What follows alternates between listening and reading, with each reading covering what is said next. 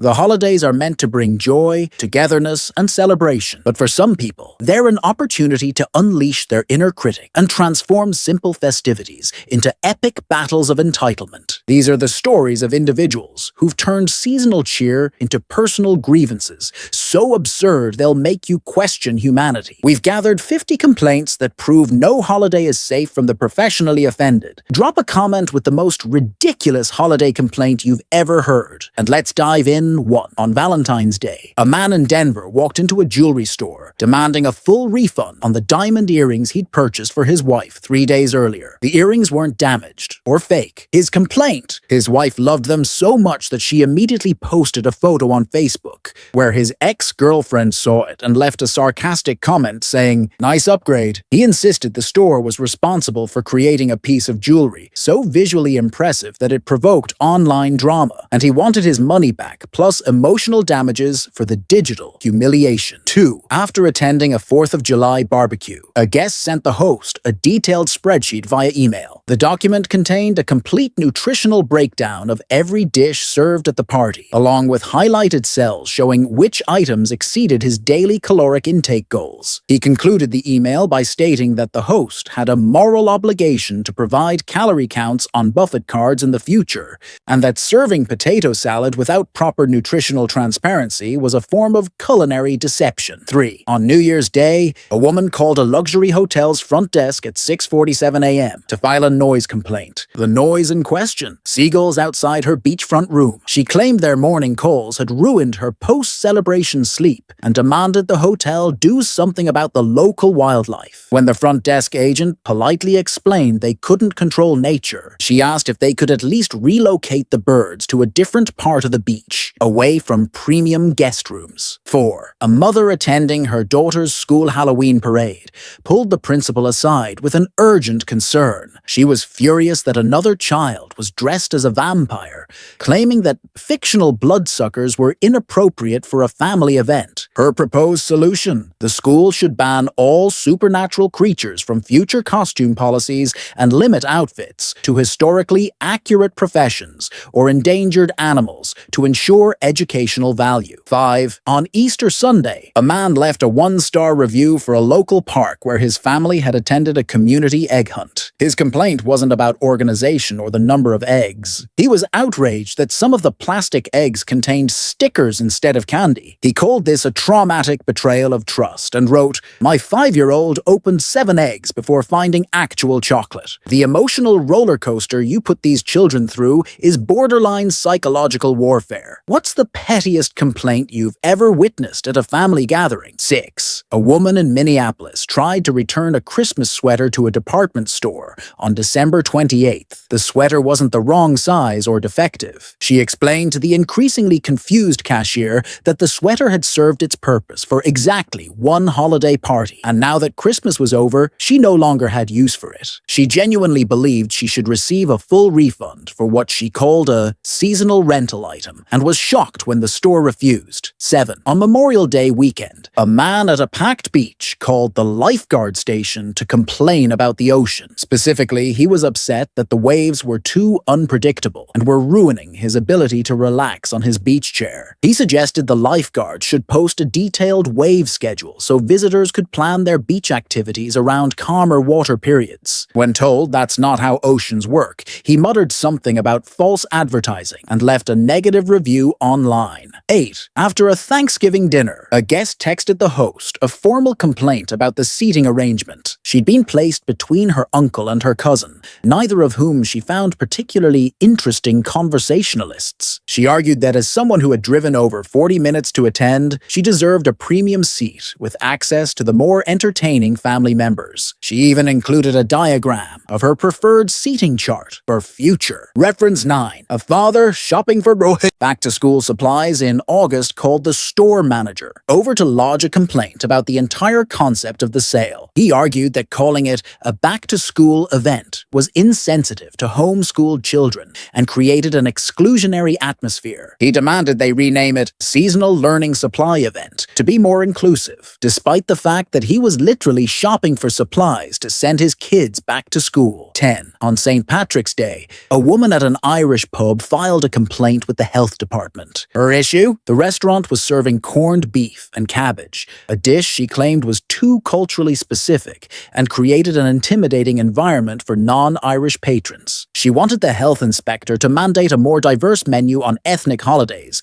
to ensure all customers felt represented. The inspector politely explained that menu diversity wasn't actually a health code. Violation 11. A couple celebrating their anniversary at a fancy restaurant on Valentine's Day called the manager over with a serious concern. They'd noticed at least 6 other couples in the dining room also celebrating anniversaries. They argued this diluted the specialness of their personal milestone and demanded a discount because the restaurant had failed to create an exclusive romantic atmosphere. According to them, there should be a limit of 2 anniversary couples per evening. 12. On Halloween, a homeowner in a gated community answered his door to find trick-or-treaters holding out their bags expectantly. He handed out full-size candy bars as he did every year. The next day, he received an anonymous letter from a neighbor accusing him of candy inflation and claiming his generosity made everyone else's fun-sized offerings look cheap. The letter demanded he downgrade to standard-sized candy to maintain neighborhood equilibrium. 13. A woman attending a 4th of July fireworks show brought a decibel meter and approached event security exactly 14 minutes into the display. She showed them readings, proving the fireworks exceeded 95 decibels and demanded they either lower the volume or provide complimentary noise-canceling headphones to all attendees. When security explained you can't turn down fireworks, she threatened to file a noise ordinance violation with the city. 14. After Christmas, a man tried to return an artificial Christmas tree to a home improvement store. The tree was fully assembled,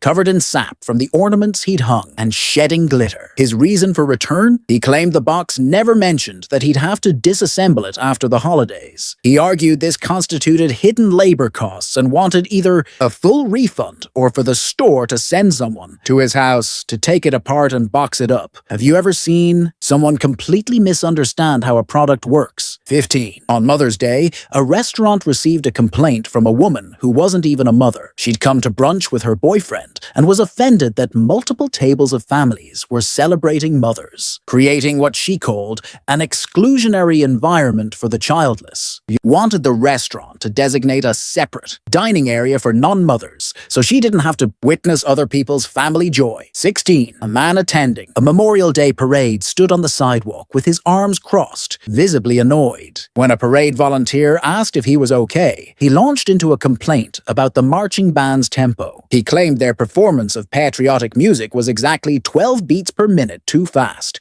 which he felt was disrespectful to the solemnity of the occasion. He'd actually used a metronome app to measure it. 17. On Hanukkah, a woman called a bakery to complain about the Star of David cookies she'd ordered. The cookies weren't stale or misshapen. Her issue was that the 6 points of each star weren't exactly symmetrical, creating what she described as geometrically offensive religious symbols. She demanded the baker remake 24 cookies with mathematically precise angles, or she'd leave a review about their lack of attention to theological geometry. 18. A customer at a crowded shopping mall during Black Friday called mall security to report a crime in progress. Security rushed over, expecting a theft or medical emergency. Instead, the woman pointed at another shopper who'd taken the parking spot she'd been waiting for. She insisted this was theft of opportunity and wanted the other shopper arrested and their parking privilege revoked permanently. 19. After a New Year's Eve party, a guest sent an invoice to the host for $75. The itemized bill include demotional labor for laughing at unfunny jokes. $75. The itemized bill include demotional labor for laughing at unfunny jokes. $25. Mandatory small talk with strangers. $30. And atmospheric contribution for bringing positive energy. $30. And atmospheric contribution for bringing positive energy. $20. The note at the bottom read, payment due within 30 days. Your party's success was directly proportional to my attendance. 20. On Labor Day, a man at a community pool complained to the lifeguard that there were too many families with children in the water. He argued that since it was technically a holiday celebrating workers,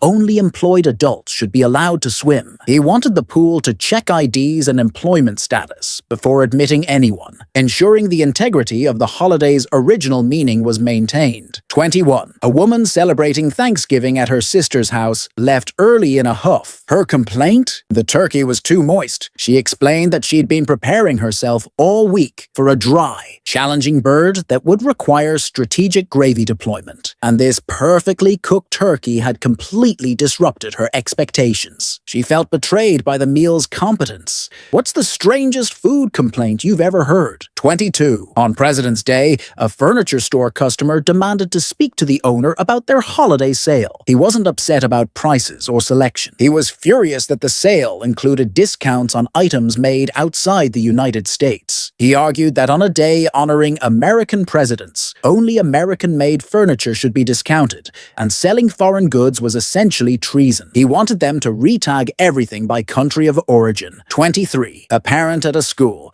Valentine's Day party approached the teacher with a formal complaint. Her son had received 18 Valentines from classmates, but one of them was store-bought instead of handmade. She insisted this lack of effort from another student had diminished the overall value of her son's collection and created an unequal emotional experience. She wanted the teacher to implement a handmade-only Valentine policy with spot inspections. 24. On Cinco de Mayo, a man at a Mexican restaurant called the manager over to complain about authenticity, but not in the way you'd expect. He was upset that the menu was too authentic, featuring items he couldn't pronounce. He demanded they add phonetic spellings and American translations to every dish, stating that requiring customers to learn cultural context before ordering was pretentious and exclusionary. 25. A woman shopping during a Veterans Day sale tried to use her military discount despite never having served. When the cashier politely explained the discount was only for veterans and active military, she argued that as a taxpayer who funds the military, she was technically a financial veteran and deserved the same recognition. She spent 20 minutes demanding to speak to corporate about discrimination against civilian patriots. 26. After an Easter church service, a congregant approached the pastor with a serious concern. She was upset that the Easter lilies decorating the altar were white instead of pastel colors. She claimed white flowers created a wedding atmosphere rather than a spring resurrection vibe, and this botanical choice had completely disrupted her spiritual experience. She suggested the church form a liturgical color committee to prevent future floral missteps. 27. On Groundhog Day, a man called a news station that had broadcast the Punxsutawney Phil ceremony live. He was furious that the groundhog's shadow prediction had been wrong,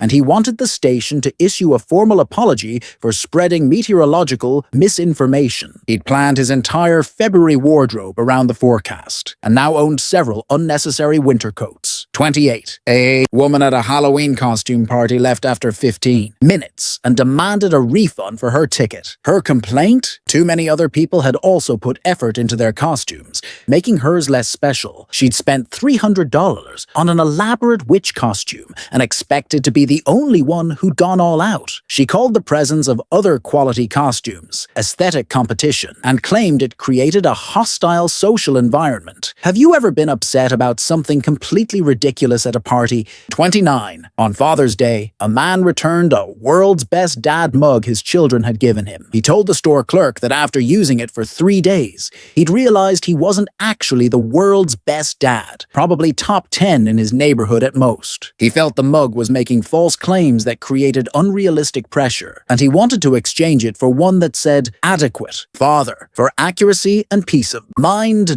30. A customer at a bookstore's summer reading sale on Independence Day weekend complained to the manager about the selection. She was offended that several books by British authors were included in the sale. She argued that celebrating books from England on the week of July 4th was unpatriotic and disrespectful to the Revolutionary War veterans who fought for freedom from British literature. She demanded all Jane Austen novels be removed immediately. 31. After attending a Kwanzaa celebration, a guest sent a detailed email to the event organizer critiquing the duration of each ceremonial element. He'd timed everything with his phone and created a pie chart showing the percentage of time devoted to each principle. His conclusion was that the principle of Ujima, collective work and responsibility, had received 4.2 1.7% more attention than Kumba. Creativity, creating what he felt was an imbalanced cultural experience. 32. On Boxing Day, an American tourist in London filed a complaint with his hotel concierge. He was furious that stores were closed or had limited hours for the British holiday. He argued that as an American tourist spending American dollars, he should be exempt from foreign holiday observances. He wanted the concierge to call stores and demand they open specifically for him, or he'd leave a negative review about Britain's lack of customer service commitment. 33. A woman at a Thanksgiving potluck brought a store-bought pie still in its plastic container. When another guest made a gentle joke about it, she filed a formal complaint with the party's host about being shamed for her contribution. She argued that store-bought pie was her authentic self-expression, and expecting homemade dishes was classist and time-privilege gatekeeping. She demanded an apology announcement in front of all guests. 34. On Chinese New Year, a man at a cultural festival complained to event organizers about the dragon dance performers. His issue wasn't with the performance itself, but with the dragon's color. He'd researched dragon symbolism and determined that the red dragon represented fire energy, but as a water sign in Western astrology, he found this elementally incompatible with his personal energy. He wanted future festivals to offer multiple dragon colors for astrological diversity. 35. A homeowner called the police non-emergency line on Christmas, mourning to report his neighbor for premature decoration removal. The neighbor had taken down his outdoor Christmas lights at 7 a.m. on December 25th. The caller argued this was giving up on Christmas before it had even properly ended, creating a defeatist neighborhood atmosphere that could impact property values. He wanted a citation issued for aesthetic abandonment. What's the most ridiculous neighbor complaint you've witnessed? 36. On Passover, a guest at a Seder dinner pulled the host aside with a mathematical concern. He'd counted the matzah pieces and determined there wasn't an exactly equal distribution per person if you divided the total by attendees. He accused the host of matzah hoarding and wanted a recount with a neutral third party present. The host had to explain that Passover wasn't a competitive ration distribution event. 37. A man at a 4th of July barbecue asked the host to turn off the grill because the smell of cooking meat was making him jealous. Not for dietary reasons, but because his hamburger would take longer to cook than the burgers currently grilling. He insisted on a first-come, first-served grilling timeline to ensure emotional fairness, with visual barriers so guests couldn't see other people's food, finishing before theirs. 38. After a New Year's Day brunch, a guest left a Yelp review complaining that mimosas were being served, not because she didn't drink alcohol, but because the clinking of champagne flutes at other tables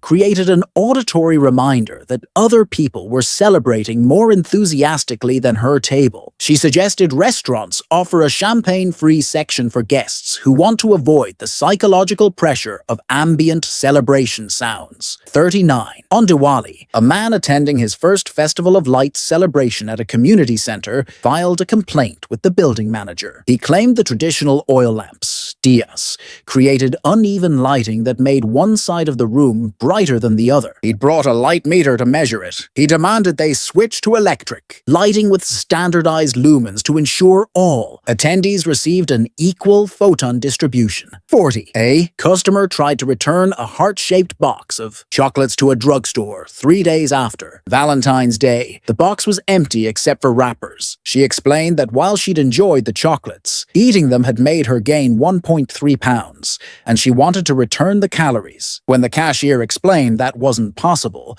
she asked if she could at least return the empty box for the recycling value as partial compensation for her metabolic sacrifice. 41. On Mardi Gras, a tourist in New Orleans filed a complaint with the city's tourism board about the beads being thrown from parade floats. His issue wasn't safety or quantity. He was upset about color distribution. He'd caught 14 strands of beads, but they were all purple or green. He wanted gold beads and felt the throwers were deliberately withholding them. He demanded the city regulate bead distribution to ensure color equity among all parade. Attendees 42. A woman celebrating her birthday at a restaurant was upset when the staff sang "Happy Birthday" to another diner across the room. She complained to the manager that having multiple birthday celebrations in the same dining room diluted disputed her special day. She wanted the restaurant to implement a one birthday per reservation block policy, or at minimum, to ensure her birthday song was louder and longer than anyone else's. Have you ever felt weirdly competitive about something that absolutely doesn't matter? 43. On Martin Luther King Jr. Day, a man called a furniture store to complain about their MLK Day sale, not because he opposed commercializing the holiday,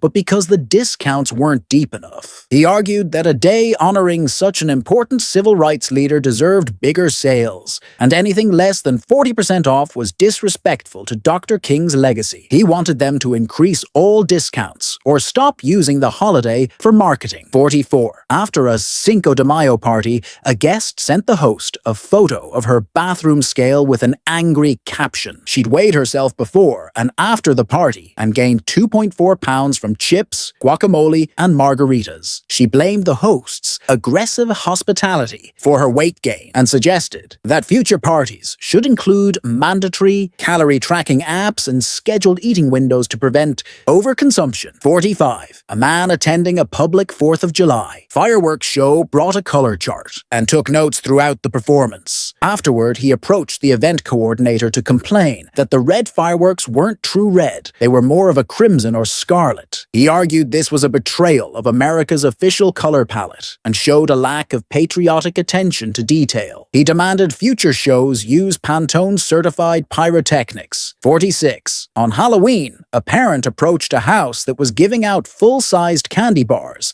and demanded they switch to fun-sized. Her reasoning? Her children would now expect full-sized bars at every house and would be disappointed by normal-sized candy. She accused the homeowner of creating unrealistic expectations and ruining Halloween's delicate economic ecosystem. She wanted them to downgrade immediately to restore balance to the neighborhood. 47. A woman at a Thanksgiving dinner table excused herself mid-meal and didn't return. She later texted the host explaining she'd left because someone had used the phrase, "I'm so blessed," 3 times during dinner conversation, and she found gratitude language triggering because it reminded her that she herself felt unblessed. She wanted the host to ban all expressions of thankfulness at future Thanksgiving gatherings to create a more emotionally neutral space. 48. On New Year's Eve, a man at a hotel complained to the front desk at 11:47 p.m. He was upset that he could hear sounds of celebration from other rooms, people laughing, talking,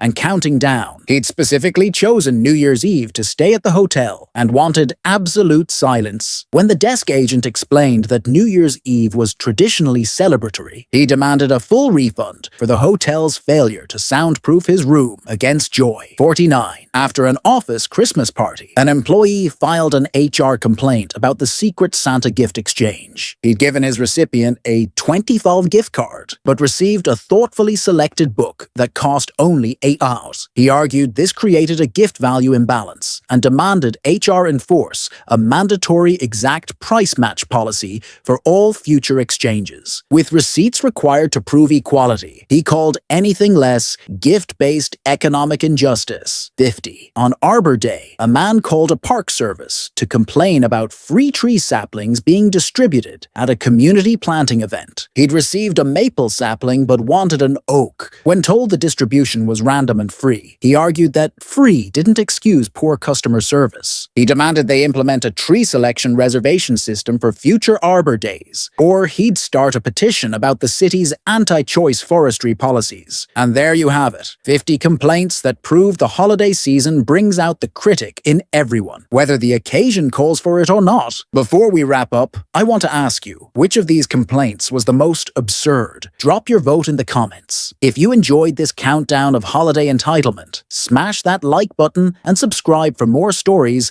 that'll make you feel incredibly reasonable by comparison. Thanks for watching, and remember, no matter how your holidays go, at least you're not calling 911 about seagulls.